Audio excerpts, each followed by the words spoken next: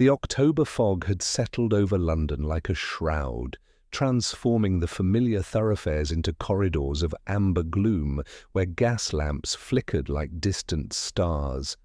For 3 days, the yellow miasma had clung to the city, muffling the clatter of hansoms and reducing pedestrians to ghostly silhouettes. In our rooms at 221B Baker Street, however, the cheerful glow of the fire and the steady light of the gas jets created a sanctuary of warmth and clarity, dominated, as always, by the restless energy of my friend, Mr. Sherlock Holmes. I had returned that evening from attending to a patient in Marylebone, my coat dampened by the persistent drizzle that seemed to penetrate every fibre of London's being. Holmes stood by the window, his lean figure silhouetted against the amber glow of the street, a cigarette dangling from his fingers as he peered into the obscurity beyond. He had been in a mood of profound melancholy for nearly a fortnight, complaining bitterly about the absence of any problem worthy of his extraordinary faculties. "You have been to see the Hendricks child again?" he remarked, without turning from the window. "The 4th visit this week, if my calculations are correct. The scarlatina has taken a turn for the worse, I presume." I had long since ceased to marvel at these casual demonstrations of his observational powers, yet I could not resist the familiar query. "How on earth do you deduce that, Holmes?" He turned, a faint smile playing at the corners of his mouth.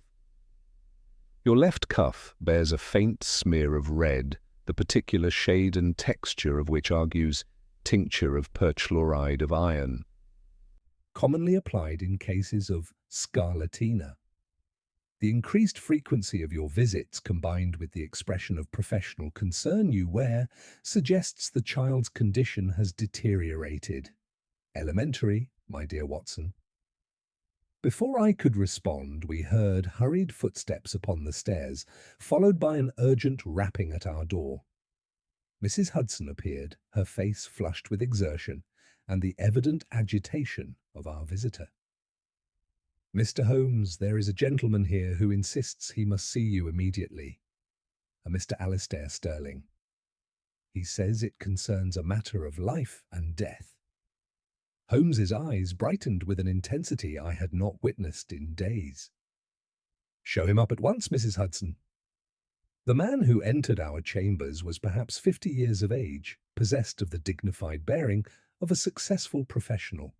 Yet his composure was clearly shattered. He was well dressed in the manner of the art-dealing classes, his frock coat of excellent quality, though somewhat dishevelled, as if he had dressed in desperate haste. His face was pale as parchment, and his hands trembled visibly as he removed his hat. "Mr. Holmes," he began without preamble, his voice barely above a whisper, "I have come to you because Scotland Yard would think me mad, and I fear that unless you can help me, a man will die tomorrow night. A murder has been foretold, Mr. Holmes, painted in oils with such precision that every detail of the crime scene has been captured before the crime itself has occurred." Holmes gestured toward the chair opposite his own, his entire demeanour transformed by this singular announcement.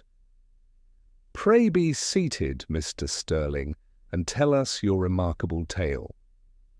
Watson, perhaps you would pour our guest some brandy. He appears in need of fortification." Sterling accepted the glass with a nod of gratitude and took a substantial draught before continuing.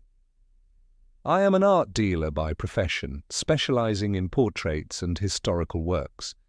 3 days ago, I acquired a most unusual painting at an estate sale in Hertfordshire. The portrait was painted by one Elias Thorne, an artist of modest reputation who died under mysterious circumstances just last week. The painting depicts Sir Julian Westmacott, the member for Waltham, lying dead upon the floor of what appears to be his own study." Holmes leaned forward, his steely eyes fastening upon Sterling's agitated features. "You speak of Sir Julian as though he were still alive." He is alive, Mr. Holmes. That is precisely the horror of it. The portrait shows him murdered, his skull shattered, lying upon a Turkey carpet, with an overturned chair beside him and a paper knife fallen from his hand. Every detail is rendered with photographic precision, down to the pattern of the carpet and the titles of the books upon the shelves. Yet Sir Julian Westmacott lives and breathes and is, at this very moment, travelling back to London from his country estate. "And when does he arrive?" Holmes inquired, though I detected he had already surmised the answer. Sterling's voice dropped to a horrified whisper. "Tomorrow evening, Mr. Holmes, the very date that appears, written in what looks disturbingly like dried blood, upon a calendar visible in the painted study. November the 29th, 1894. Holmes rose from his chair, the familiar light of the hunt kindling in his eyes. "Mr. Sterling, while I do not discount the possibility of prophetic art, I find it far more likely that we are dealing with a very human conspiracy. The game, as I am fond of saying, is afoot." Sterling stared at Holmes with the desperate intensity of a man who had glimpsed his own destruction while the fire crackled behind us and the fog pressed against our windows like some malevolent presence seeking entry. Holmes resumed his seat with that deceptive languor which I had learned masked the most intense mental activity, his fingertips pressed together in that characteristic gesture of profound concentration. "You have acted with admirable promptitude, Mr. Sterling," Holmes said at length. "Now we must proceed with method. You acquired this singular work 3 days ago, you say. From whom, precisely, did you make the purchase?" "From the estate agents handling the late Elias Thorne's effects," Sterling replied, his voice steadying somewhat under Holmes's calm interrogation. "The artist died alone in his studio near Highgate, apparently from an apoplexy brought on by excessive laudanum. His possessions were being disposed of with considerable haste. I attended the sale out of professional interest, as Thorne's work occasionally commands good prices among collectors of the macabre." Holmes's eyes narrowed slightly. "Yet you mentioned the portrait was offered to you privately." "Indeed, it was not included in the general catalogue. A clerk named Frederick Lane approached me separately, saying the executors wished certain items disposed of quietly due to their delicate nature. He seemed most anxious to conclude the transaction quickly." "At what price?" Sterling flushed slightly. 20 guineas. Lane appeared eager to be rid of it and extracted my promise that I would not mention the painting's origin to anyone connected with Sir Julian. At the time, I assumed it was merely some artistic allegory or perhaps a scandal piece. Holmes rose and began that restless pacing which always accompanied his moments of deepest thought. "Most illuminating. Watson, your notebook, if you please. We must examine this remarkable prophecy without delay. Mr. Sterling, the painting is at your gallery?"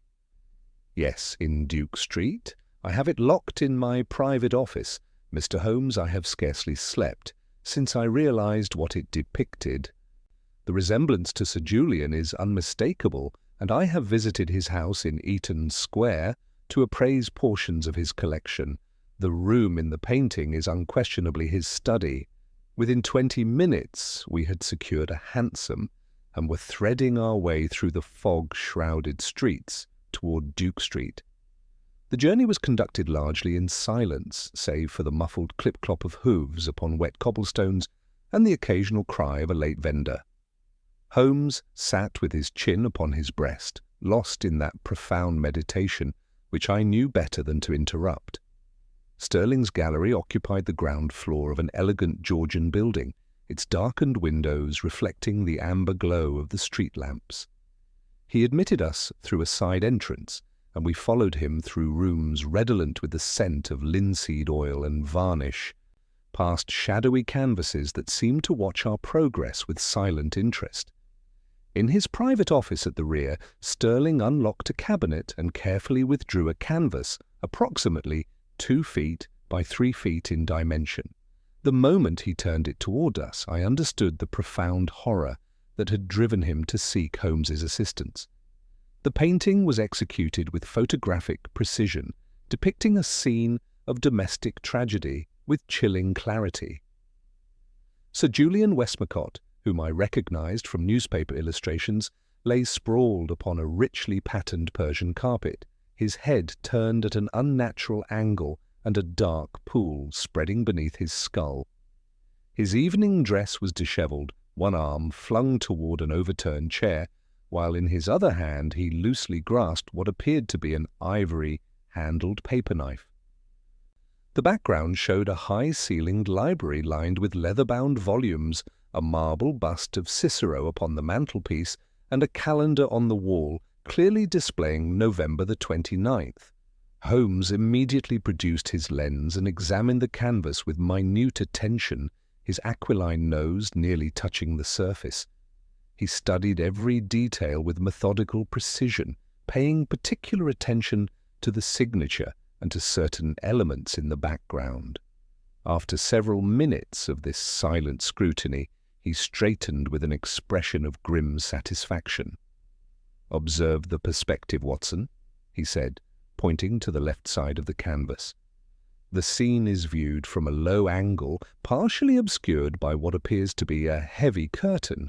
The artist was not standing openly in the room, but was concealed, presumably near the window. Yet note this contradiction." He tapped the painted window frame with his finger. "The curtains are drawn shut, yet moonlight illuminates the victim's face. Either our artist made a significant error, or he was working from multiple sources." Holmes moved his lens to the desk depicted in the painting, where a stack of correspondence was rendered with meticulous detail. "Here lies our most telling clue. This topmost envelope bears a stamp of the new colonial commemorative issue, released only 4 days ago." Yet Elias Thorne died a week past.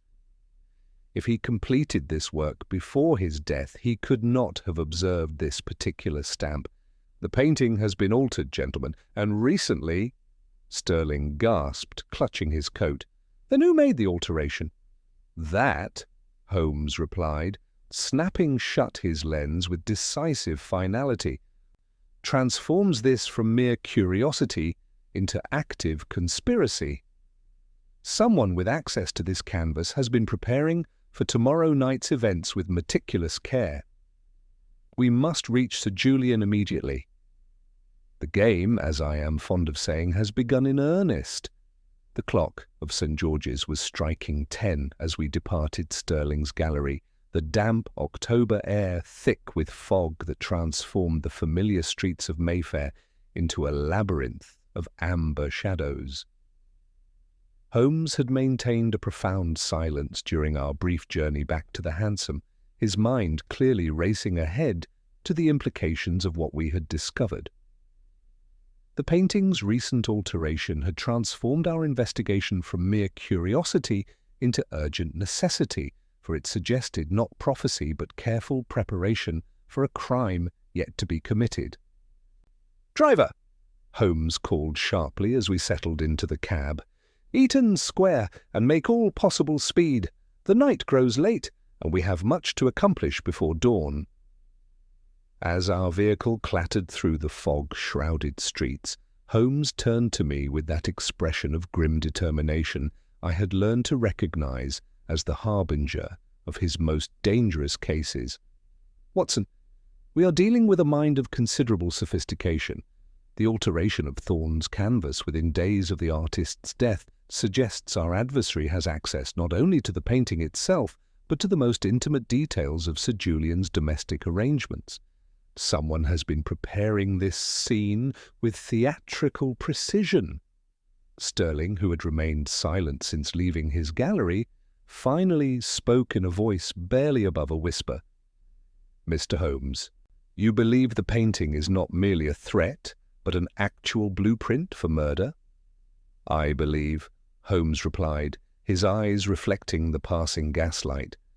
"That we are witnessing the final rehearsal of a drama that has been months in the planning. Tomorrow evening, when Sir Julian returns from the country, the curtain will rise on a performance that has been blocked and staged with meticulous care. We arrived at the imposing facade of Sir Julian Westmacott's residence to find the house largely in darkness, save for a single light burning in what appeared to be the ground-floor library. The fog had grown so dense that the upper stories of the great Georgian terrace seemed to dissolve into the amber void above us. Holmes sprang from the hansom with characteristic energy and applied himself vigorously to the brass bell-pull.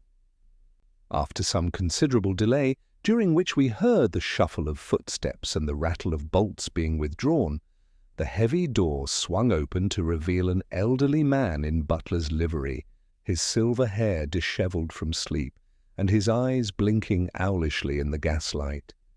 He was a person of dignified bearing, despite his obvious discomfort at being roused at such an hour, and his manner suggested the unshakable composure that comes from decades of faithful service. "I am Marsh, Sir Julian's butler," he announced with formal correctness, though his voice carried a note of inquiry. "Sir Julian is not at home, gentlemen. He remains at his estate in Hertfordshire until tomorrow evening." Holmes presented his card with a flourish. "Mr. Marsh, I am Sherlock Holmes, and this is my colleague, Dr. Watson. We have come on a matter of the utmost urgency concerning your master's safety. I have reason to believe that Sir Julian's life is in immediate danger, and that this house has been under surveillance by persons with malicious intent." The effect of Holmes's words was immediate and profound. Marsh's formal composure cracked, revealing beneath it the genuine concern of a devoted servant. "Sir Julian in danger? But surely, Mr. Holmes, you cannot be serious. The house has been secure these past 3 days. I have maintained my usual vigilance." "Nevertheless," Holmes replied with quiet authority, "I must insist upon examining Sir Julian's study immediately. Time is of the essence, and your master's very life may depend upon what we discover there." Marsh hesitated only momentarily before stepping aside, his sense of duty overcoming his natural caution. "If you truly believe Sir Julian to be in peril, then I shall not obstruct you. This way, gentlemen." He led us through a broad hallway lined with portraits of Westmacott ancestors, their painted eyes seeming to follow our progress through the shadows cast by his candle. The house possessed that peculiar stillness of a great residence temporarily abandoned by its master, every footfall echoing with unusual clarity in the high-ceilinged passages. When Marsh unlocked the study door and ushered us into the chamber, I experienced a sensation of profound unease that had nothing to do with the lateness of the hour. Here was the very room we had seen depicted in Elias Thorne's canvas, rendered now in 3 dimensions with all the unsettling familiarity of a recurring dream made manifest. The turkey carpet lay precisely as painted, its intricate patterns seeming to await the tragic scene they were destined to witness. The leather-bound volumes lined their shelves in perfect correspondence with the artist's vision, and the marble bust of Cicero gazed blindly from the mantelpiece exactly as we had observed in oils. Holmes moved through the room with the focused intensity of a bloodhound upon a scent, his keen eyes cataloguing every detail and comparing it with the image burned into our memories. He paused before the calendar hanging near the window, noting aloud that it displayed November the 28th. "The stage is set," he murmured, "but the final act has not yet commenced." His attention then shifted to the mahogany desk that dominated the centre of the room. He examined its surface with his lens, paying particular attention to the brass fittings and the arrangement of papers upon its leather-inlaid top. After several minutes of silent scrutiny, he straightened with an expression of grim satisfaction. "Mr. Marsh," he said, turning to the butler, "this desk has been forced within the past week. Observe these scratches around the lock mechanism and note how the wood has been freshly splintered here along the edge. Someone with considerable skill has gained access to your master's private papers." Marsh approached the desk with evident alarm, his candle wavering in his trembling hand.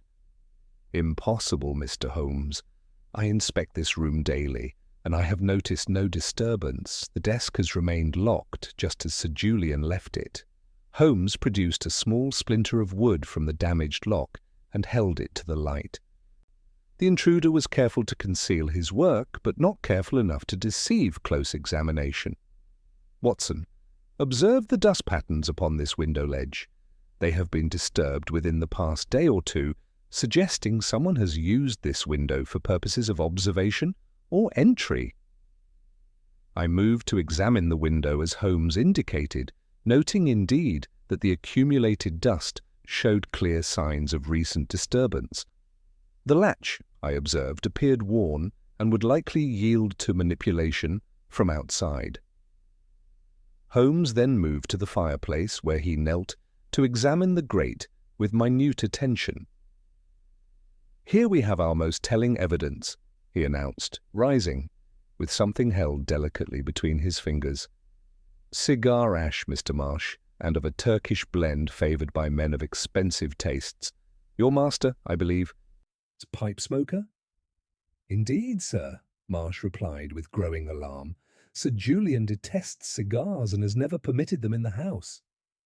"Then we have confirmation of our intruder's presence," Holmes declared, carefully preserving the ash in an envelope from his pocket. "Someone has been in this room recently, someone who felt sufficiently confident to linger and smoke while studying the arrangement of furniture and examining the contents of that forced desk." Holmes's investigation continued for several more minutes, during which he measured distances between pieces of furniture, examined the pattern of the carpet where the painted body was destined to fall, and scrutinized the bookshelves with particular attention to the volumes that would be visible in the background of the fatal scene. Every detail corresponded with Thorne's painting, with an accuracy that could only have resulted from prolonged observation. Finally, Holmes turned to Marsh with instructions delivered in the tone of absolute authority. "You will lock this room immediately and permit no one to enter until Sir Julian's return tomorrow evening. Not the housemaids, not the charwomen, not persons claiming legitimate business of any description. The key will remain in your personal possession at all times." Marsh nodded vigorously, clearly shaken by our discoveries. "Certainly, Mr. Holmes, but surely we should summon the police." "If there has been a burglary, there will be no police," Holmes interrupted sharply. "Our adversary has planned this affair with theatrical precision, and any premature interference will merely cause him to alter his strategy. No, Mr.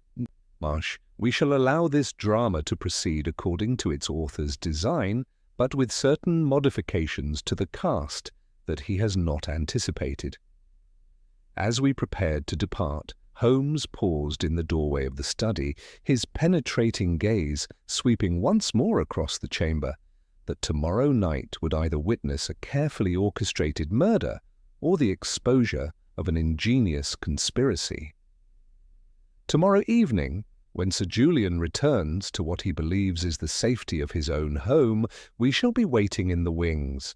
Let us see whether fate truly follows the painter's brush, or whether human intelligence may yet rewrite the final scene." The fog had thickened to an impenetrable wall as we emerged into Eaton Square, and our hansom seemed to materialize from the amber void like some spectral conveyance.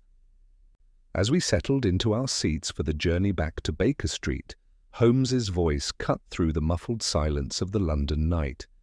"The game has begun in earnest, Watson. Our opponent has shown us his hand with that painting, confident that his preparations are so thorough as to guarantee success. Tomorrow night we shall discover whether his confidence is justified or whether he has underestimated the power of methodical observation and logical deduction." The grey October dawn found Holmes already at his desk, surrounded by a fortress of newspapers, parliamentary records, and correspondence that spoke of a night spent in restless research rather than repose. The acrid smell of strong tobacco and the scattered remains of what appeared to be a substantial breakfast testified to the intensity of his nocturnal labours. When I emerged from my chamber, he greeted me with the satisfied expression of a man who had successfully untangled several crucial threads of a complex web. "Watson, your timing is impeccable," he declared, gesturing toward the chair opposite him. "The morning's work has yielded considerable fruit. Our Sir Julian Westmacott is not merely the victim of random malice, but a man whose political activities have earned him powerful enemies. His sponsorship of the Naval Defence Bill has threatened certain foreign interests, while his past business ventures have left a trail of ruined investors who might harbour murderous resentment." I poured myself coffee and settled into my seat, noting the methodical arrangement of documents that represented Holmes's peculiar system of organization. "You believe the motive is political rather than personal?" "The elaborate nature of this conspiracy suggests both elements are at work," Holmes replied, lighting his morning pipe with deliberate care. "A simple assassination would require neither prophetic paintings nor theatrical staging. No, Watson, we are dealing with someone who wishes not merely to eliminate Sir Julian, but to send a message that will resonate far beyond his death. The painting serves as both threat and proof of capability." Our conversation was interrupted by the arrival of Mrs. Hudson, bearing a telegram upon her silver salver with the grave expression that indicated urgent news. Holmes tore open the envelope and scanned its contents, his features darkening as he read. When he looked up, there was a glint of grim satisfaction in his grey eyes. "From Lestrade," he announced, passing me the telegram. "Frederick Lane, the clerk who arranged the painting's sale to Stirling, has been found dead in his lodgings near Clerkenwell. The preliminary examination suggests poisoning, though the circumstances are being investigated as murder rather than suicide." The implication struck me immediately. "Then Lane knew too much about the conspiracy. His death confirms we are dealing with someone utterly ruthless."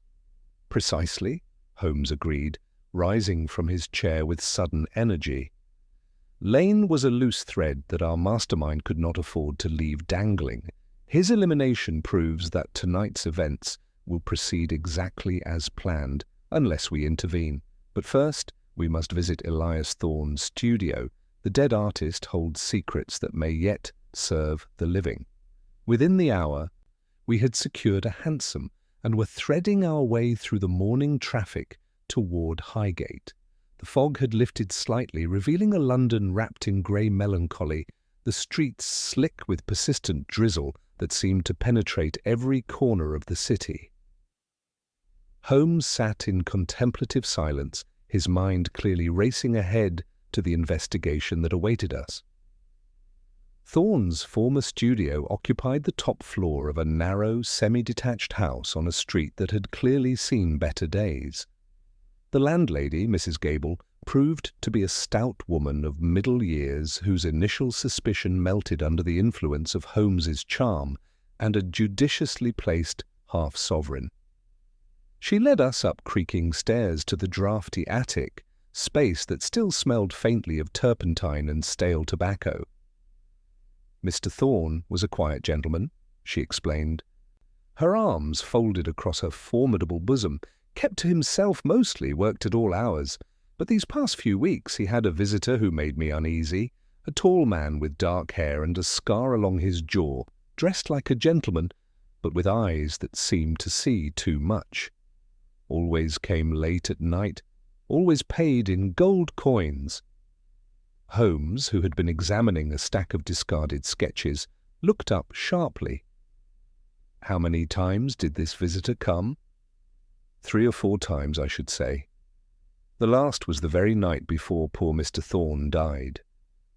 I heard the door close quietly around midnight, and next morning I found him cold in his bed. The doctor said his heart gave out, but I always wondered. Holmes moved to the easel where a half-finished landscape stood gathering dust. He examined the palette nearby, testing the dried pigments with his thumbnail before lifting several brushes to his nose. His expression grew thoughtful as he detected something that escaped my observation. "These brushes have been cleaned not with turpentine, Watson, but with a solvent that bears the distinctive sweetness of chloroform. Most curious for an artist's studio, unless the artist was being subdued rather than painting." A systematic search of the room revealed little until Holmes discovered a loose floorboard near the fireplace. Beneath it lay a small wooden box containing an exquisite set of lock-picking tools and a vial of clear liquid that I recognized as chloral hydrate. The implications were immediately apparent. Our artist possessed skills that extended far beyond the canvas, Holmes observed, holding the tools to the light. So the implements of a professional cracksman. Thorne was likely compelled to use these skills in service of our conspiracy, perhaps to gain access to Sir Julian's study for the purpose of sketching the murder scene with photographic accuracy. Mrs. Gable's eyes widened as she observed our discoveries. "I knew there was something wrong about that man with the scar. He had the look of someone who'd done terrible things and would do more if the price was right." Holmes carefully pocketed the evidence, his face set in grim lines of determination. "Mrs. Gable, did this visitor ever mention a name or give any indication of his identity?" "No proper name, sir. But once I heard Mr. Thorne call him something that sounded like Baron. I thought it might be a nickname, though he carried himself like foreign nobility."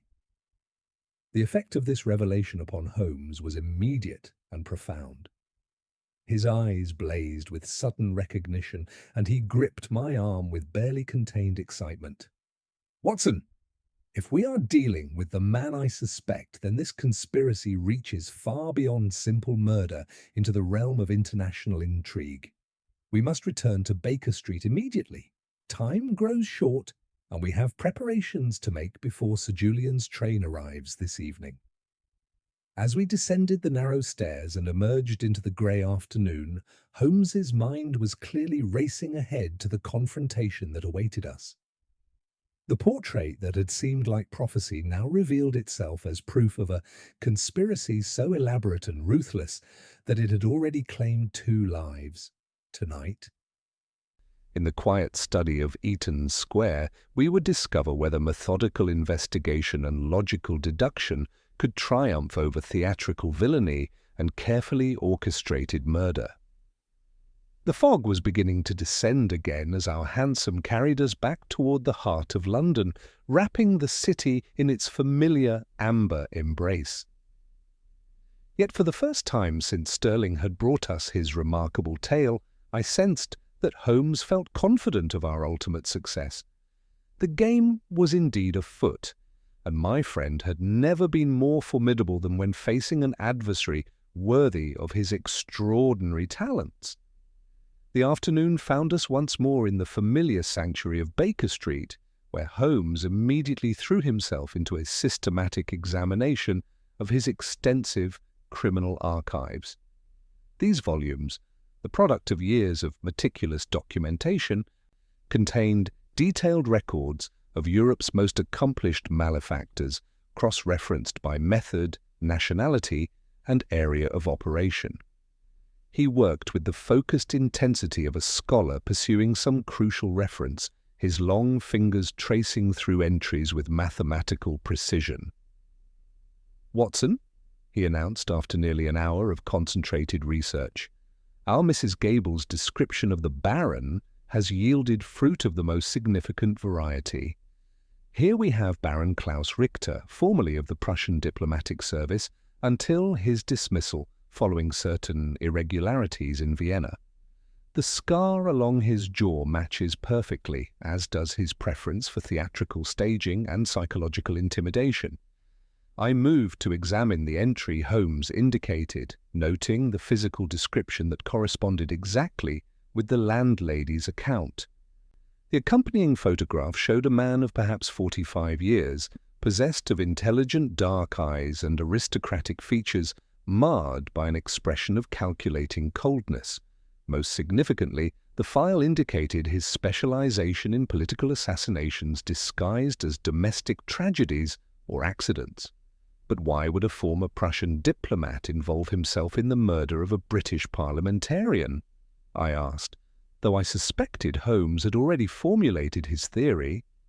Holmes lit his pipe with deliberate care before responding. Because Sir Julian's naval defence bill represents the most serious threat to German naval expansion in the North Sea since the Congress of Berlin.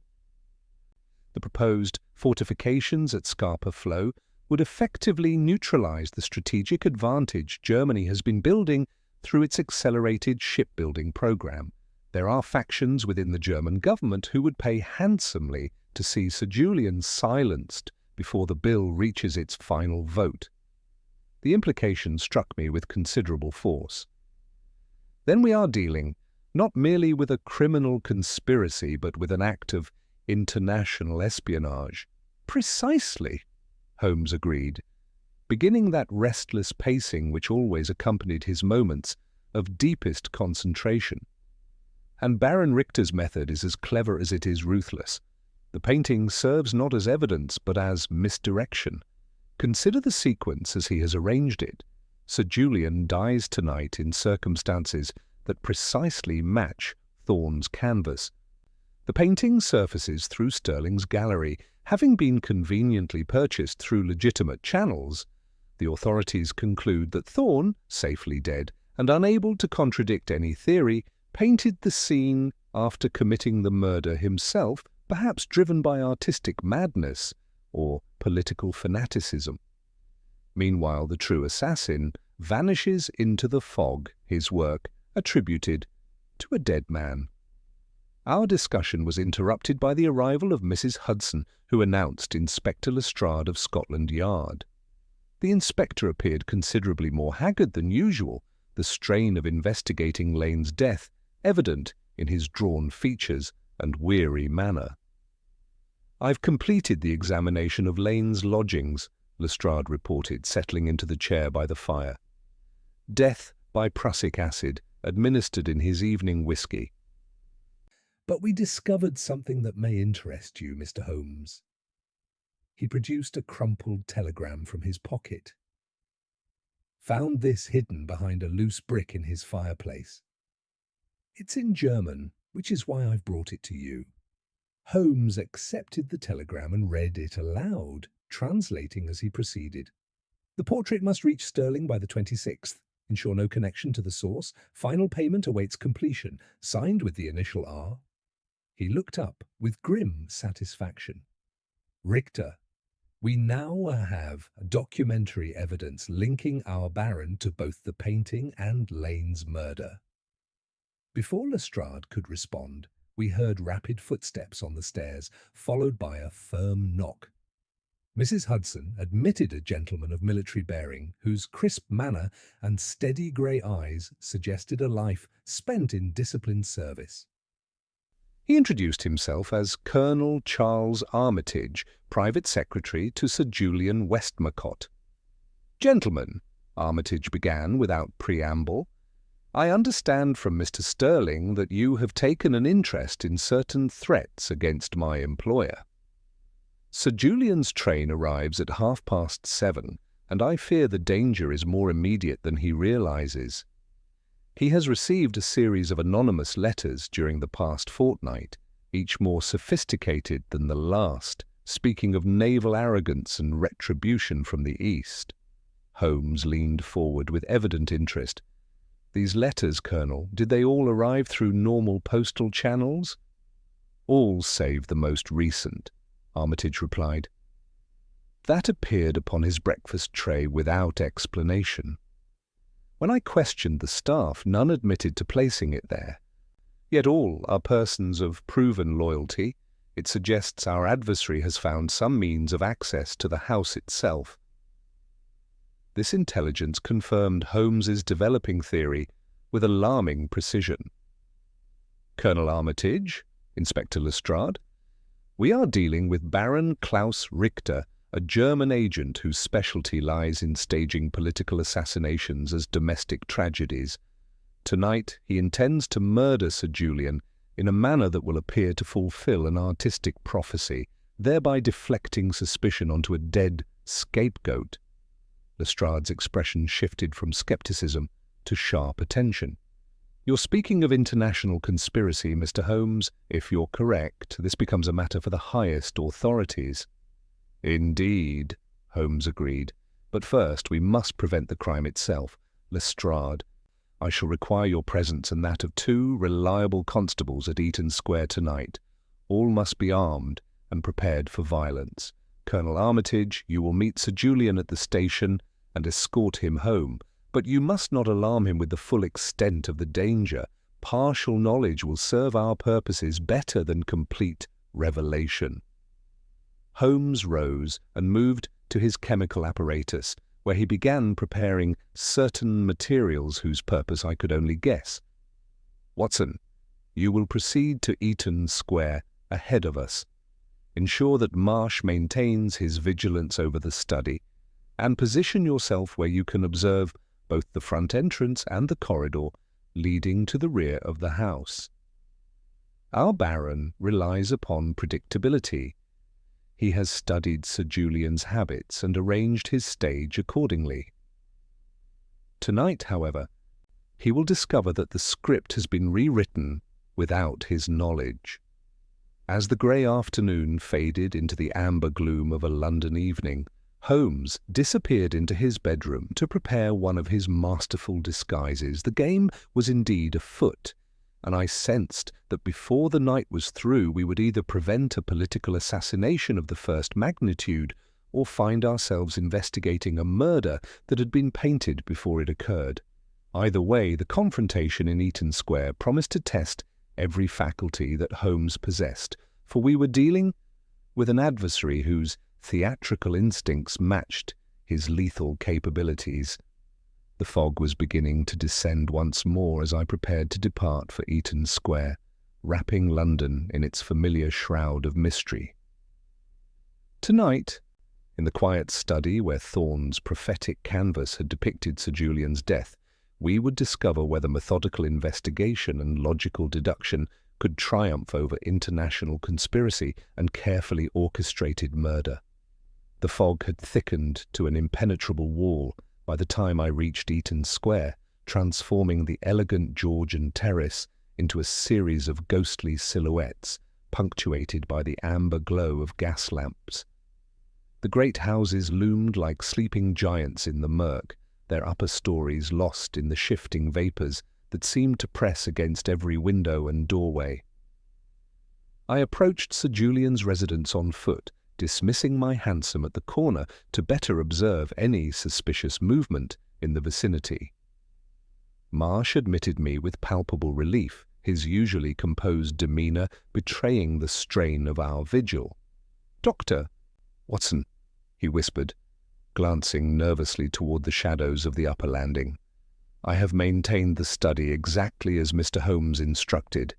The key has not left my person, and no one has entered that room since your departure this morning." I conducted a thorough inspection of the ground floor, noting that all windows were securely fastened and that the servants had been dismissed to their quarters as planned. The study door stood locked and silent, its heavy oak panels seeming to guard the secrets within. I positioned myself in the small sitting room adjacent to the main corridor, where a carefully arranged gap in the curtains afforded me clear observation of both the front entrance and the passage leading to Sir Julian's private chambers. The minutes crawled past with agonizing deliberation, each tick of the grandfather clock in the hall seeming unnaturally loud in the oppressive silence. At precisely 7 o'clock, Inspector Lestrade arrived with 2 reliable constables in plain clothes, all three men armed and wearing expressions of grim determination. The inspector took up position near the servants' staircase, while his men concealed themselves in alcoves that commanded strategic views of the principal approaches to the study. "Any sign of Holmes?" Lestrade inquired in a low whisper as he passed my observation post. "Not yet," I replied, though I knew my friend's absence was calculated rather than accidental. Holmes had his own methods of approaching a crisis, and I had learned through long experience to trust his judgment even when his plans remained opaque to others. At 7:30 precisely, the distinctive sound of carriage wheels announced Sir Julian's arrival. Through my vantage point I observed Colonel Armitage assisting the parliamentarian from a hansom, Sir Julian appearing weary from his journey but maintaining the confident bearing that had served him well in decades of public service. His silver hair and distinguished features lent him an air of natural authority that made the thought of his prophesied murder all the more chilling. "Marsh!" Sir Julian called out as he surrendered his coat. "I shall take a brandy in the study.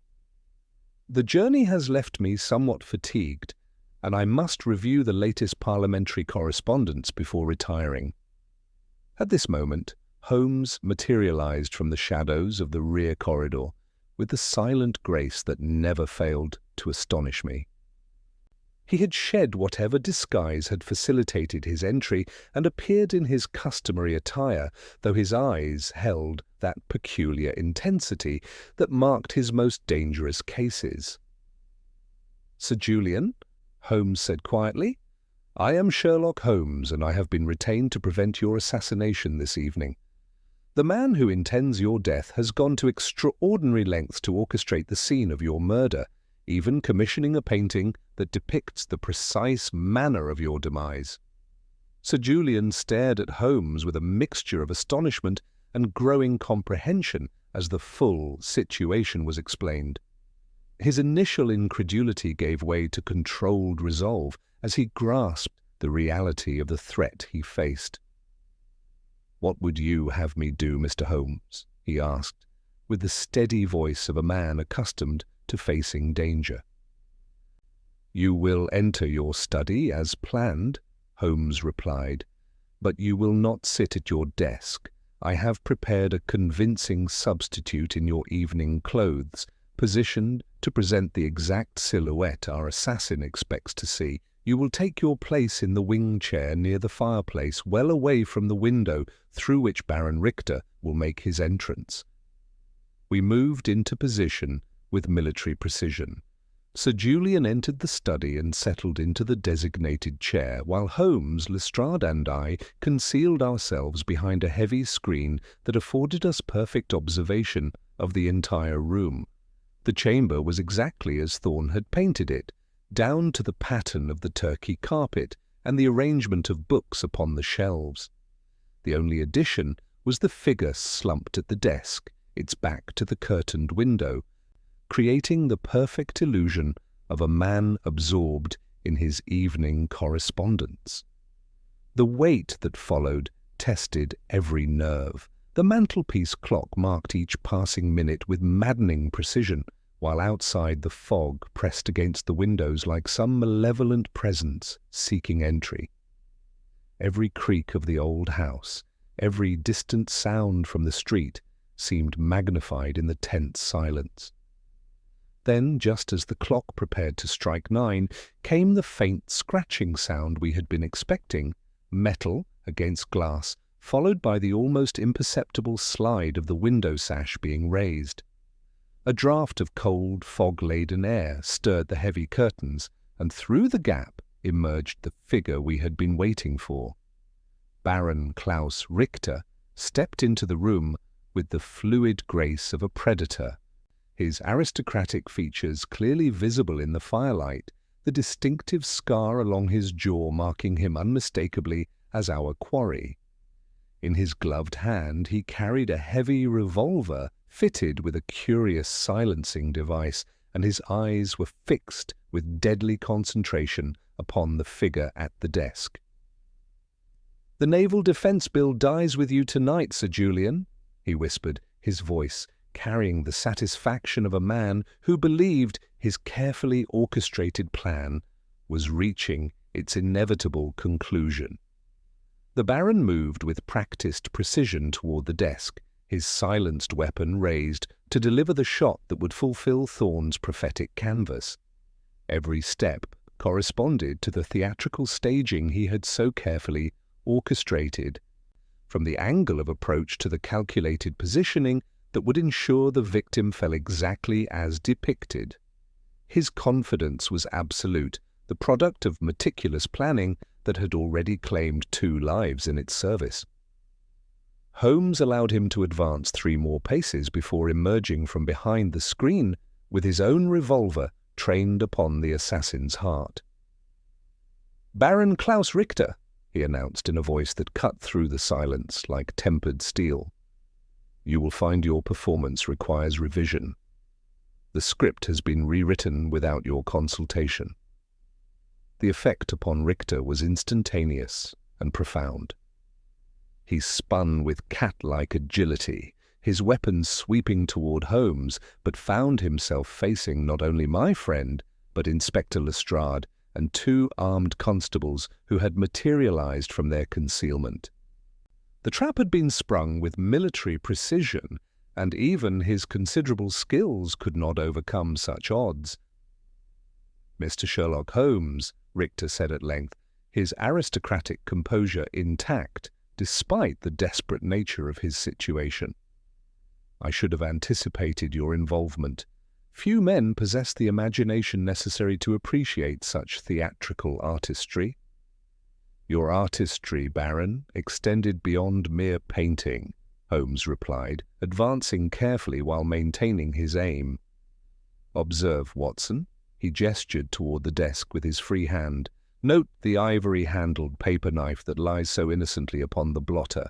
It was not present during our earlier examination, having arrived this afternoon as a gift from a Bond Street jeweler." I moved closer to examine the object Holmes indicated, noting its exquisite craftsmanship and the peculiar greenish tinge along the blade's edge. "Good heavens, Holmes, is that—" "A contact poison of considerable potency," Holmes confirmed. "Baron Richter's true murder weapon. The revolver was merely theatrical misdirection, designed to fulfill the painting's prophecy while concealing the more subtle means of assassination. Had Sir Julian used that blade to open his evening correspondence, he would have collapsed within minutes, apparently the victim of heart failure. The paper knife in his hand would have suggested nothing more sinister than an unfortunate accident." Richter's eyes blazed with grudging admiration. "You are indeed worthy of your reputation, Mr. Holmes, but you have merely delayed the inevitable. Others will complete what I have begun." "I think not," Holmes replied coldly. "Your elaborate staging has provided us with evidence that diplomatic channels could never have secured. The forced lock, the Turkish cigar ash, the prussic acid used to silence Frederick Lane. Each detail speaks of a conspiracy that reaches into the highest levels of the German government." As Holmes spoke, Richter's hand moved imperceptibly toward his coat. Recognizing the gesture, my friend shouted a warning, but the Baron proved remarkably quick. He produced a small glass sphere and hurled it violently against the fireplace stones. Dense, choking smoke erupted instantly, filling the room with blinding vapor that sent us all stumbling backward, eyes streaming and throats burning. Through the chaos I heard the crash of breaking glass and felt the rush of cold, fog-laden air as the window was thrown wide. "He's making for the garden!" Lestrade shouted, plunging blindly into the chemical haze. We stumbled toward the window, following the sounds of Richter's escape into the fog-shrouded mews beyond Eaton Square. The pursuit led us through a labyrinth of service alleys, our quarry's footsteps echoing from the brick walls as he sought to reach the main thoroughfare. Holmes, with his long, loping stride, gradually closed the distance, while I followed close behind with my service revolver drawn. We emerged onto the street just as Richter flagged down a passing hansom, pressing what appeared to be gold into the startled driver's hand. The whip cracked, and the vehicle lurched away into the amber darkness of the fog-bound street. "Stop that cab!" Holmes commanded, but Richter had already secured his temporary escape. The chase that followed tested every skill Holmes possessed as a pursuer. We commandeered a delivery cart, and my friend drove with reckless precision through the treacherous streets, gaining steadily on the heavier hansom. Near Chelsea Reach, the pursued vehicle struck a curb and overturned, spilling Richter onto the wet pavement. The Baron scrambled toward the Thames embankment, where the outline of a steam launch was visible through the mist. He was within yards of the gangplank when Holmes launched himself forward, bringing down his quarry with the efficiency of his Baritsu training. The struggle was brief but violent, ending with Richter pinned to the cobblestones, his arm twisted behind his back. "The game is finished, Baron," Holmes declared, retrieving a leather notebook from the man's breast pocket. "This contains, I believe, a complete record of your conspiracy, contacts, payments, and future targets." Lestrade arrived moments later with his constables, breathing heavily but triumphant. As they secured the prisoner, Holmes examined the notebook with evident satisfaction. "Gentlemen," he announced, "this little volume will do more to preserve the peace of Europe than a dozen diplomatic conferences." Sir Julian, who had remained safely in his wing chair throughout the drama, approached the desk where the poisoned paper knife still gleamed under the gaslight. "To think I might have used that innocent-looking blade," he murmured with a visible shudder. "Baron Richter's greatest error," Holmes observed, "lay in assuming that elaborate staging could substitute for perfect execution. He forgot that in theatre, as in crime, the smallest inconsistency may prove fatal to the entire performance." As the police led Richter away through the fog-shrouded square, his aristocratic composure finally shattered, revealing the desperate fury of a man whose carefully orchestrated symphony of murder had been reduced to discordant failure by the superior methods of logical deduction and methodical observation. The arrest of Baron Klaus Richter had removed the immediate threat, but as we returned to Sir Julian's study through the fog-shrouded corridors of the great house, Holmes's manner suggested that our work was far from complete. The room remained exactly as we had left it, the decoy figure still slumped at the desk, the poisoned paper knife gleaming under the gaslight, and the heavy curtains stirring slightly from the cold air that entered through the window Richter had forced. Holmes approached the desk with that peculiar intensity I had learned to recognize when some deeper layer of a problem demanded his attention. He examined the blotter, the arrangement of correspondence, and the positioning of various objects with minute care, his lens flashing as he moved from detail to detail.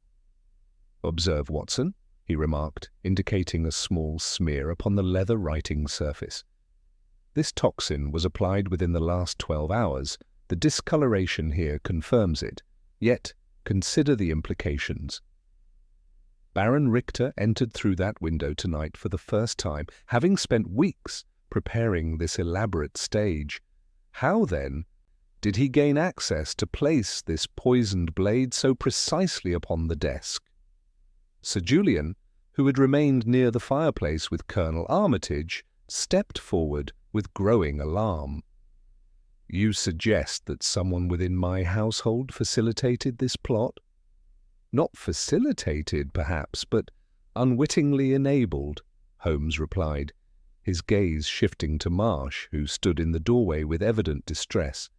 "Tell me, Marsh, have there been any unusual visitors to this house in recent weeks, tradesmen perhaps, or persons claiming legitimate business who were granted access to this room?" The butler's hands trembled as he considered the question. "There was a gentleman from Hartwell and Sons, the picture framers in Bond Street, sir. He came twice to measure the mantelpiece for a proposed mirror that Sir Julian had commissioned." I thought nothing unusual about it. He carried proper credentials and spoke knowledgeably about his trade. Holmes's eyes sharpened with sudden interest. And did this gentleman confine himself to the mantelpiece during his visits?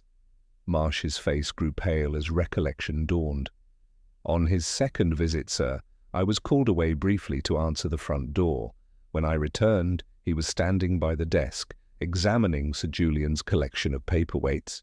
He apologized for his curiosity and explained that he was an amateur collector himself. Most illuminating, Holmes murmured, moving to examine the desk's surface once more. Watson, note these scratches around the lock mechanism. They are consistent with the tools we discovered in Thorne's studio. Our picture framer was almost certainly Thorne himself, working under Richter's direction to gain intimate knowledge of this room's arrangement. Inspector Lestrade, who had returned from dispatching his prisoner, shook his head in grudging admiration. You mean they've been planning this for weeks, studying every detail? Months, I should judge, Holmes replied. The painting required multiple visits to achieve such photographic accuracy, but more significantly, tonight's attempt required precise knowledge of Sir Julian's habits when he would arrive, where he would sit, which correspondence he would examine first. Such intelligence suggests surveillance extending far beyond casual observation. Holmes moved to the window through which Richter had entered, examining the frame and sill with his characteristic thoroughness.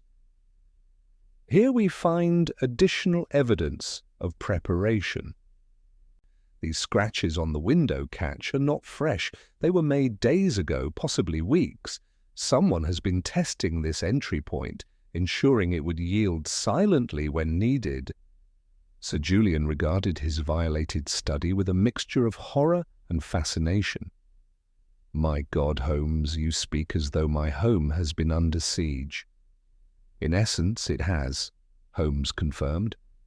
But the siege was conducted with such subtlety that its very existence remained invisible until tonight. Consider the sequence. Thorne gains access as a legitimate tradesman, sketches the room with criminal precision, and later transforms his observations into that prophetic canvas. Meanwhile, Richter or his agents continue their surveillance, noting your routines, your correspondence patterns, even the timing of your return from Hertfordshire. Holmes paused before the calendar on the wall, which still displayed November 28th. This calendar was advanced prematurely. Note the crisp edges where the page was turned.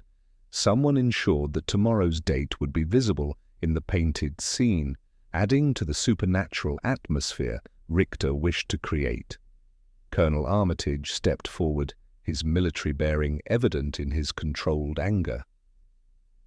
If there has been such extensive surveillance, Mr. Holmes, then surely other members of the household must have noticed something suspicious. Perhaps they did, Holmes replied thoughtfully. Marsh, I should like to speak with your staff, particularly anyone who might have observed unusual activity in the vicinity of this room or noticed strangers lingering about the house. As Marsh departed to summon the household, Holmes continued his methodical examination of the study. He paid particular attention to the arrangement of books upon the shelves, comparing their positions with his memory of Thorne's painting. Watson, observe this volume here, Principles of Naval Architecture, by Sir Edward Reed. In the painting, it was positioned 3 inches to the left of its current location. Someone has been adjusting the scene to match the artist's vision with theatrical precision. The implications struck me with considerable force. Then the entire room has been staged like a theatrical set, with every prop positioned according to Richter's design. Precisely, Holmes agreed. But such meticulous preparation creates its own vulnerabilities. Every adjustment leaves traces, every visit risks observation, every alteration provides evidence of the conspiracy's scope and method. When Marsh returned, with the 2 housemaids and his nephew Thomas, Holmes questioned each with gentle but persistent inquiry. The younger maid, Sarah, proved particularly observant, recalling a gentleman who had lingered across the square on several occasions, apparently sketching the architectural details of the terrace. "He was always there when Sir Julian's carriage departed for Parliament," she reported. "I thought him an artist, sir, capturing the morning light on the buildings, but now that you mention it—" His attention seemed focused more on the windows than on the stonework. Holmes nodded with satisfaction. Richter himself, no doubt, confirming Sir Julian's daily routine and ensuring his escape route remained viable. The Baron's theatrical instincts demanded not merely success but spectacle, a murder that would be discovered exactly as painted, creating maximum psychological impact. As the servants departed, Holmes turned to Sir Julian with an expression of grim determination. "The immediate danger has passed, but I cannot recommend complete relaxation of vigilance. Richter's notebook will undoubtedly reveal the extent of this conspiracy, but until we have examined its contents thoroughly, we cannot assume all threats have been neutralized." Lestrade consulted his pocket watch. "It's nearly midnight, Mr. Holmes. Shouldn't we adjourn until morning? The Baron is secure and Sir Julian is safe." "On the contrary," Holmes replied, his eyes gleaming with that familiar intensity. "The night's work has only begun. We must examine Richter's possessions, decode his correspondence, and trace the full extent of his network before dawn breaks. International conspiracies do not pause for human convenience, and we must assume that news of the Baron's capture will reach his associates within hours." As we prepared to depart for Scotland Yard, Holmes paused once more in the doorway of the violated study. His gaze swept across the room, where theatrical villainy had been thwarted by methodical observation and logical deduction. "The portrait predicted a murder," he observed quietly, "but it failed to foresee the power of human intelligence applied with systematic precision. Tomorrow, when the morning papers announce tonight's events, they will tell a very different story than Baron Richter intended, not of supernatural prophecy fulfilled, but of international conspiracy exposed and defeated." The fog had thickened once more as we emerged into Eaton Square, wrapping the great houses in its familiar amber embrace. Yet for the first time since Sterling had brought us his remarkable tale, I sensed that we were approaching not merely the solution of a mystery, but the exposure of a conspiracy whose implications would resonate far beyond the confines of one man's study. The journey to Scotland Yard through the fog-shrouded streets provided Holmes with the contemplative silence he required to organize his thoughts. The leather notebook we had seized from Baron Richter lay between us in the hansom like some malevolent artifact, its pages containing secrets that would either complete our understanding of the conspiracy or reveal new layers of complexity. The gas lamps of the embankment flickered through the amber mist as we passed, each pool of light marking our progress toward what I sensed would be the most crucial phase of our investigation. Inspector Lestrade met us at the rear entrance of Scotland Yard, his face bearing the drawn expression of a man who had witnessed too much villainy for one evening. He conducted us through the utilitarian corridors to a private interrogation room where Reiter's possessions had been arranged with methodical precision upon a scarred wooden table. The harsh gaslight cast sharp shadows that seemed to emphasize the sinister nature of the items before us: forged documents, bank drafts from continental institutions, and most significantly, the notebook that Holmes approached with the focused intensity of a scholar examining ancient manuscripts.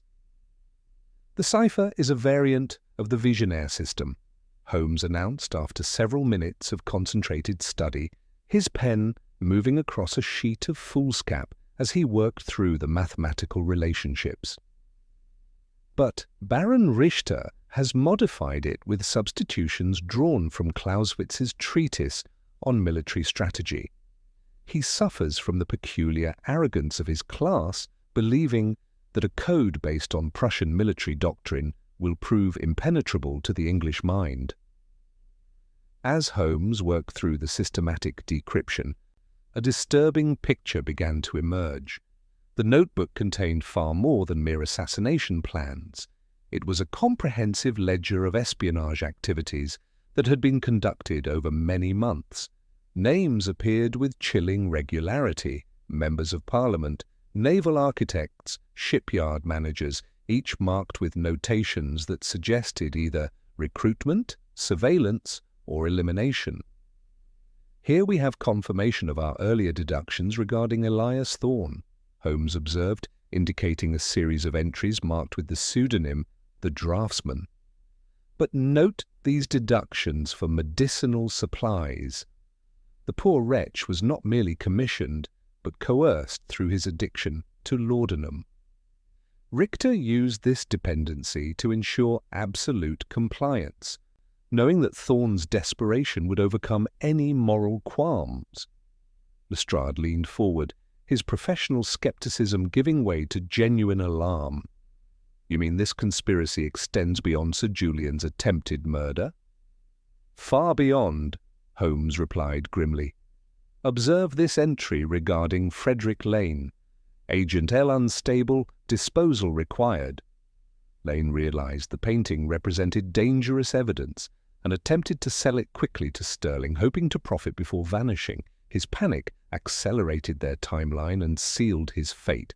Richter could not afford such unpredictability in his carefully orchestrated plan. Holmes continued his methodical analysis, revealing the true sophistication of the conspiracy we had uncovered. The painting's purpose became clear, not merely as a threat, but as an elaborate misdirection designed to shift public attention from political assassination to supernatural sensationalism. A murder that precisely fulfilled an artistic prophecy would capture the public imagination, directing suspicion toward occult explanations while the true political motives remained hidden. "But here is the most damning revelation," Holmes announced, his finger stopping upon a particularly significant entry. Richter obtained precise intelligence about Sir Julian's movements through a source within the Railway Telegraph Office. A clerk named Hedges at King's Cross has been forwarding copies of travel arrangements for substantial payment. The conspiracy reached into the very infrastructure of our communications. The implications struck me with considerable force. Then every movement, every schedule, every private arrangement was known to them in advance. "Precisely," Holmes confirmed. "But notice this final entry, Watson. Richter anticipated the possibility of failure and arranged what he terms his final performance. If he failed to send a cancellation signal by 6 o'clock this morning, certain documents will be delivered to newspapers, both domestic and foreign, designed to cause maximum embarrassment to Her Majesty's government regarding naval preparations." Lestrade consulted his pocket watch with evident alarm. "That gives us less than 4 hours, Mr. Holmes." Holmes rose abruptly, his mind clearly racing ahead to the implications of this discovery. "Then we must locate this insurance policy before dawn. Richter would not entrust such crucial documents to chance. The facility must be secure, discreet, and accessible at irregular hours." He returned to the notebook, searching through the coded entries with renewed urgency. "Here, this reference to the Prussian strongbox appears repeatedly in context suggesting document storage. And this partially concealed address, Threadneedle Street. We are looking for a private banking concern that caters to continental clients." Within minutes, Lestrade's men had identified 3 possible establishments, with Goldstein and Associates emerging as the most promising candidate. As we prepared to depart, Holmes paused to examine one final item from Richter's possessions, a small brass key hidden in his wallet's lining. "Chubb & Sons," he observed, noting the maker's mark. "Specialists in high-security locks. This key opens something of considerable importance, and I believe we shall find it waiting for us in Threadneedle Street." The fog had begun to lift slightly as we emerged into the pre-dawn darkness, revealing a London suspended between night and morning. Our hansom clattered through streets still largely deserted, carrying us toward what I sensed would be the final act of this remarkable drama. Holmes sat in contemplative silence, his mind clearly organizing the elements of his ultimate explanation. "The game approaches its conclusion, Watson," he said at length, his voice cutting through the muffled clip-clop of hooves upon wet cobblestones. Baron Richter constructed an elaborate theatrical performance, but he forgot that true artistry requires honesty. He tried to paint a lie, a scene that had not yet occurred, and the inherent dishonesty of that act provided the very clues that led to his downfall. As our vehicle carried us through the awakening city toward Threadneedle Street and the final confrontation with Richter's conspiracy, I reflected upon the extraordinary sequence of events that had begun with Sterling's prophetic canvas. In less than 24 hours, we had unravelled a plot that reached from the studios of Highgate to the highest levels of international espionage. Yet I sensed that Holmes's greatest triumph still lay ahead, not merely in preventing Richter's final act of sabotage, but in demonstrating once again that methodical observation and logical deduction could triumph over even the most sophisticated criminal imagination. The grey October dawn was breaking over Threadneedle Street as our hansom drew to a halt before the imposing facade of Goldstein and Associates, its Portland stone darkened with soot and its iron grills glistening with the night's persistent damp. The great banking houses of the city rose around us like silent monuments to commerce and discretion, their windows reflecting the pale morning light that struggled through the thinning fog. Time was our enemy now. Less than 30 minutes remained before 6 o'clock, when Richter's contingency plan would automatically trigger the release of documents that could destroy Sir Julian's reputation as effectively as poison had been meant to end his life. Holmes approached the heavy oak door with the focused intensity that marked his most crucial moments, producing from his coat a leather case containing instruments that would have impressed any professional cracksman. The lock yielded within moments to his practiced touch, and we found ourselves in a marble-floored vestibule that smelled of beeswax and old money. A night watchman emerged from the shadows, his lantern wavering in hands that trembled with age and surprise. "Police business," Lestrade announced curtly, displaying his warrant with authority that brooked no argument. "We require immediate access to your private deposit vaults. This is a matter of national security." The elderly watchman, clearly overwhelmed by this unprecedented intrusion, led us through the darkened banking hall and down a spiral staircase to the subterranean vaults. Here, in chambers lined with numbered brass boxes, Holmes moved with the certainty of a man following a predetermined path. He located box 47 with swift efficiency, and Richter's key turned in the lock with a satisfying click that seemed to echo through the vaulted chamber. Inside lay a black lacquered strongbox containing 3 sealed envelopes addressed to prominent newspaper editors in London, Paris, and Berlin. Beneath these lay a sheaf of documents bearing official seals and stamps that lent them an air of devastating authenticity. Holmes broke the wax seal of the first envelope and scanned its contents, his expression darkening as he absorbed the full scope of Richter's diabolical scheme. "Watson," he said quietly, passing me the papers, "we have discovered the true masterpiece of Baron Richter's villainy.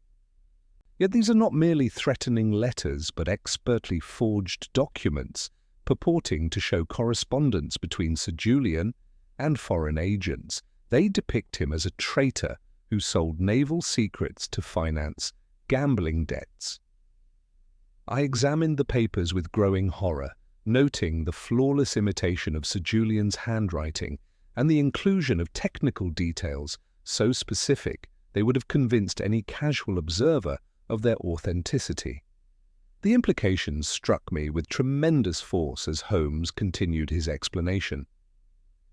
"Consider the psychological warfare at work here," Holmes observed, his eyes gleaming with that mixture of admiration and revulsion he reserved for the most sophisticated criminal schemes.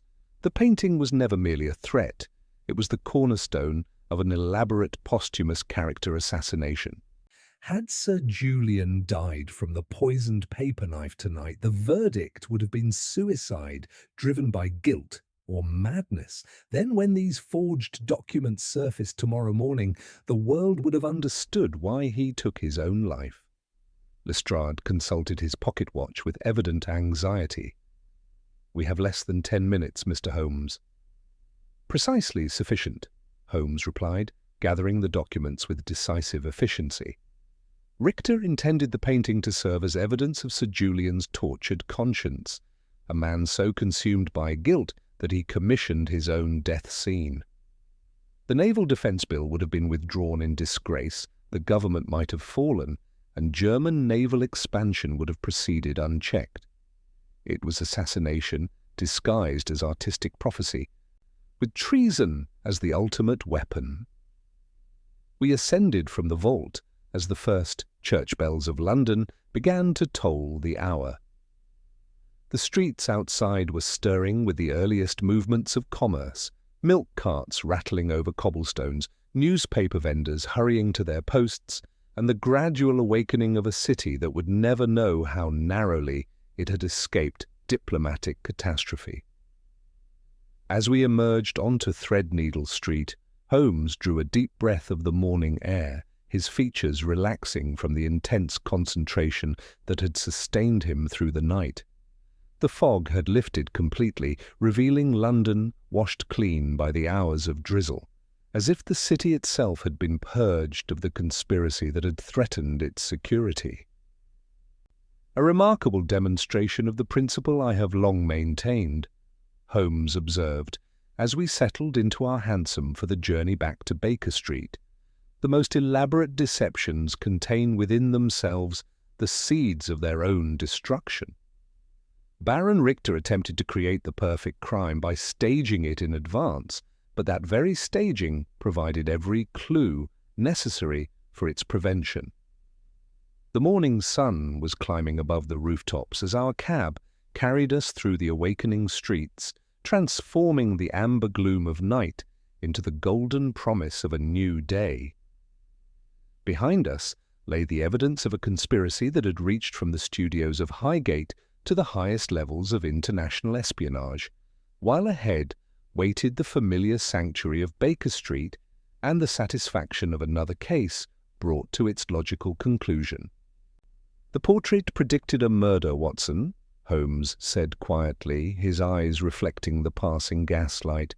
"But it was we who wrote the final chapter. Art may inspire, but only reason can truly prophesy, and reason, properly applied, invariably triumphs over theatrical villainy, no matter how cleverly staged."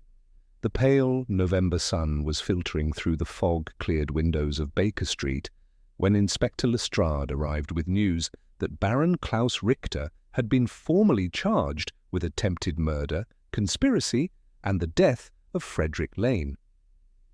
Holmes received this intelligence with the satisfied air of a man who had witnessed the final act of a particularly complex drama, though I sensed his mind was already organizing the threads of explanation that would transform our extraordinary night into comprehensible narrative. Sir Julian arrived shortly after noon, accompanied by Colonel Armitage and Mr. Sterling, all bearing expressions of profound gratitude mingled with lingering bewilderment. Holmes settled into his chair with deliberate ceremony, lighting his pipe with the care of a man preparing to deliver a comprehensive lecture on the art of criminal detection. "Gentlemen," Holmes began, his keen eyes moving from face to face, "you have witnessed the collapse of what I consider to be one of the most ingenious conspiracies of our time, a plot that transformed art into prophecy and prophecy into the instrument of political assassination. Yet its very ingenuity contained the seeds of its destruction. He paused to ensure he commanded complete attention before continuing. Baron Richter conceived his scheme as a theatrical performance in 3 acts. Act 1. The Prophecy. A painting surfaces depicting Sir Julian's death with supernatural accuracy, creating an atmosphere of inevitable doom. Act 2. The Execution. Sir Julian dies exactly as painted, apparently by his own hand, in a locked room. Act 3. The Revelation. Forged documents surface proving him a traitor, explaining both the suicide and justifying the supernatural prophecy as guilty conscience made manifest. Sterling shifted uncomfortably. Then I was meant to discover the painting and publicize its prophetic nature? Precisely, Holmes confirmed. Your reputation as a dealer in unusual works made you the perfect unwitting accomplice, but Richter made several crucial errors, each stemming from the same fundamental flaw: excessive confidence in his own theatrical genius. Holmes rose and moved to the mantelpiece where the evidence lay arranged. The first error was the postage stamp visible in the painting. You will recall, Watson, the colonial commemorative issue depicted on the correspondence shown in Sir Julian's study. That stamp was released only 4 days ago, yet Elias Thorne died a full week past. The painting had been altered after the artist's death. Anachronism exposed the forgery. Sir Julian leaned forward with growing comprehension. But how did you deduce the true murder method? The painting showed a gunshot. The painting showed the aftermath of a gunshot, Holmes corrected, but the victim's posture suggested something quite different. Note how peacefully the figure lay, without the violent spasms associated with cranial trauma. This suggested cardiac arrest rather than ballistic injury. When I observed the ivory paper knife on your desk, an object not present during our earlier examination, and detected the greenish crystallization along its edge, the chemistry became elementary. Holmes lifted the sealed jar containing the poisoned blade. Copper arsenite in concentrated solution, sufficient to stop a man's heart within minutes of contact with mucous membranes. You would have used the blade to open correspondence, licked your thumb to turn a page, and collapsed, apparently from natural causes. The revolver was merely theatrical insurance, to be discharged into the ceiling after your death to simulate suicide if questions arose. The explanation unfolded with mathematical precision as Holmes reconstructed the entire conspiracy. Thorne had gained access to Sir Julian's study under the guise of a picture framer, sketching every detail with photographic accuracy before transforming those observations into the prophetic canvas. His death by laudanum overdose had eliminated a dangerous witness, while Frederick Lane's murder by prussic acid had severed another loose thread in Richter's web. But the painting's greatest weakness, Holmes observed, beginning that familiar pacing which accompanied his most detailed expositions, lay in its very perfection. Art captures moments of truth, but Richter's canvas depicted a moment that had not yet occurred.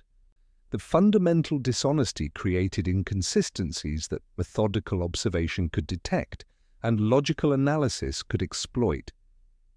He enumerated the evidence with characteristic thoroughness: the Turkish cigar ash left during reconnaissance, the forced lock revealing unauthorized access, the prematurely turned calendar, the subtly repositioned books that had been moved to match the painted scene. Each detail had seemed insignificant in isolation, but collectively they formed an undeniable pattern of human staging rather than supernatural prophecy. The forged documents in the bank vault represented Richter's true masterpiece of villainy, Holmes continued. Even if the murder had failed, these papers would have destroyed Sir Julian's reputation as effectively as poison would have ended his life. They depicted him as a traitor who sold naval secrets to finance gambling debts, complete with forged handwriting and authentic technical details. Colonel Armitage shook his head in amazement. The implications for national security are staggering. This conspiracy reached from Highgate Studios to the highest levels of international espionage. Indeed, Holmes agreed. But Baron Richter forgot that in the real world, unlike upon the stage, audiences have a habit of examining the props. He painted a lie, and lies invariably contain the brushstrokes of truth for those with eyes to see them. As our visitors departed with expressions of profound gratitude, Holmes settled into his chair with the violin, his lean features relaxing into that expression of deep satisfaction which marked the successful conclusion of a worthy case. The haunting strains of a Bach partita filled our sitting room as the afternoon shadows lengthened across Baker Street. "Another case," concluded Watson, Holmes observed between movements. "The portrait predicted a murder, but human intelligence rewrote the ending. Richter's theatrical vanity proved his undoing. He forgot that elaborate staging leaves evidence of its construction, and that methodical observation, properly applied, can illuminate even the most carefully orchestrated deception." As the music swelled through our familiar chambers, I reflected upon the extraordinary case that had begun with a prophetic painting and ended with the exposure of international conspiracy. The fog had lifted from London's streets, and with it had dissipated the supernatural aura that Baron Richter had worked so carefully to create. In its place remained only the clear light of logical deduction and the satisfaction of justice served through the rigorous application of human reason to the mysteries that surround us.